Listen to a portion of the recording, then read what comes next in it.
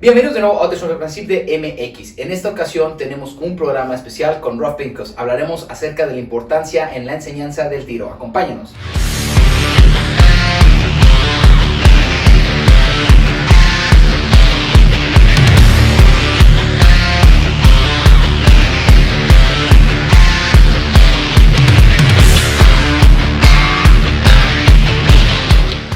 Okay, so Rob, thank you again for being in the Valhalla facility. Thank you for your time.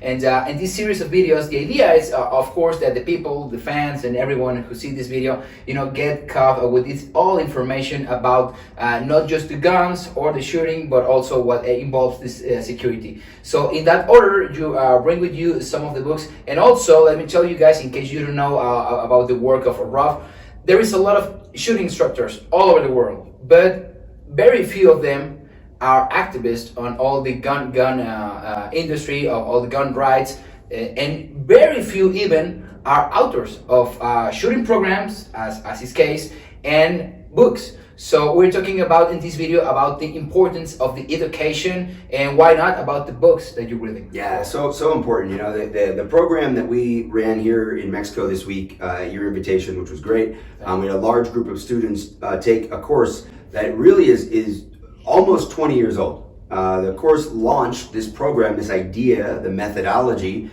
in 2003. Right. Coincidentally, at the Valhalla Training Center that I ran in Colorado. And then, obviously we meet. You have Valhalla Training Center, Valhalla Security, which is kind of neat. But the program was just a collection of ideas and principles, and it really evolved very, very quickly in the 2000s.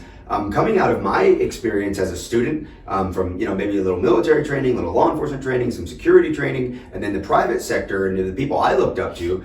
And then really what was important in the 1990s was that we started seeing a lot of defensive gun uses. So, you think about the dash camera videos in police cars. Yeah. Security cameras became much more used all around the world. They're used, and higher quality. So we were really able to see what people were really doing. The other thing that happened in the 1990s was force on force. Force on force, mostly powered through the Munitions Company at the time for law enforcement and military, but even the evolution of like airsoft guns and other ways of training very realistically. Yeah. And one of the guys who was the founder, one of the founders of the Munitions Company in Canada, his name's Ken Murray, really developed the most important templates for reality-based training that exist. And I became a student of his work as well. So we got to see students responding in real fights. And the last credit I would give would really be to Tony Blauer, who in the unarmed world, again, Canadian martial artist, really thought about integrating natural reactions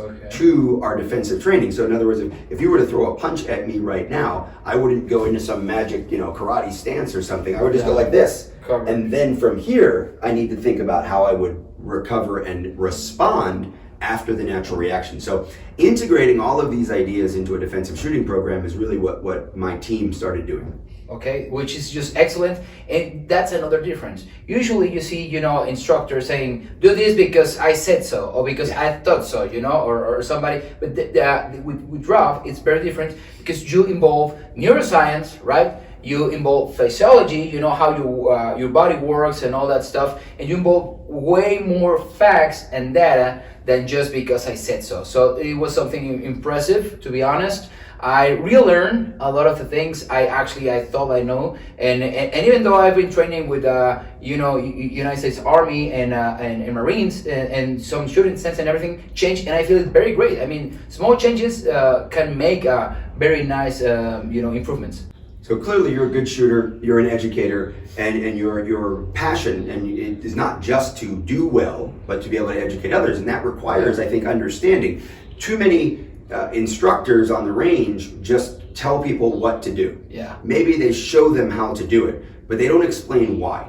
And we were talking about the books, like this book, the counter ambush work. This book is published in 2012. It's not in print right now, but people can learn all of the information in here. And I would say, like, it's not a lot of pictures, it's like words. It's like it's a words kind of book. And the information is actually available through Personal Defense Network. And anybody, it's international, obviously, personaldefensenetwork.com. has a lot of good information for anyone who wants to not only learn the techniques, learn about the gear, but learn why and get the explanation. So this book, I think, is really an important book, and that's why this is your copy. I wanted you to have it as an sign and everything, because that's cool. And then we have other books like this one that I did with the United States Concealed Carry Association. And this is my latest book on defensive shooting concept. And you see, this one has more pictures, and more diagrams, and it's more for the average person who wants to understand the basic techniques. And there is obviously some explanation for why, but none of the explanation is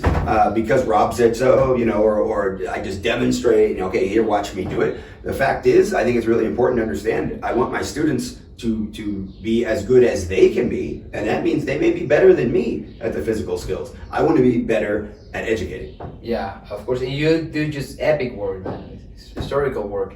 So, for all the guys who ask when I can get this information or books or... Again, I think that what I would love to do is see, you work with some of the guys that are inside of my community, the guys who are already certified instructors who are very fluent in Spanish. Some have history, family roots back here in Mexico, actually. They work with the Hispanic community in the U.S. And these guys, Mike DeSargo is one of the guys in California who's very fluent, and Edgar Antion with Guns for Everyone has actually already translated some of this work into Spanish. And really, it's not only the U.S. market, but the worldwide market. Obviously, with our neighbor here to the south, Mexico, I expect that we'll be able to provide this information through your facility and through your store and through your work here very, very soon.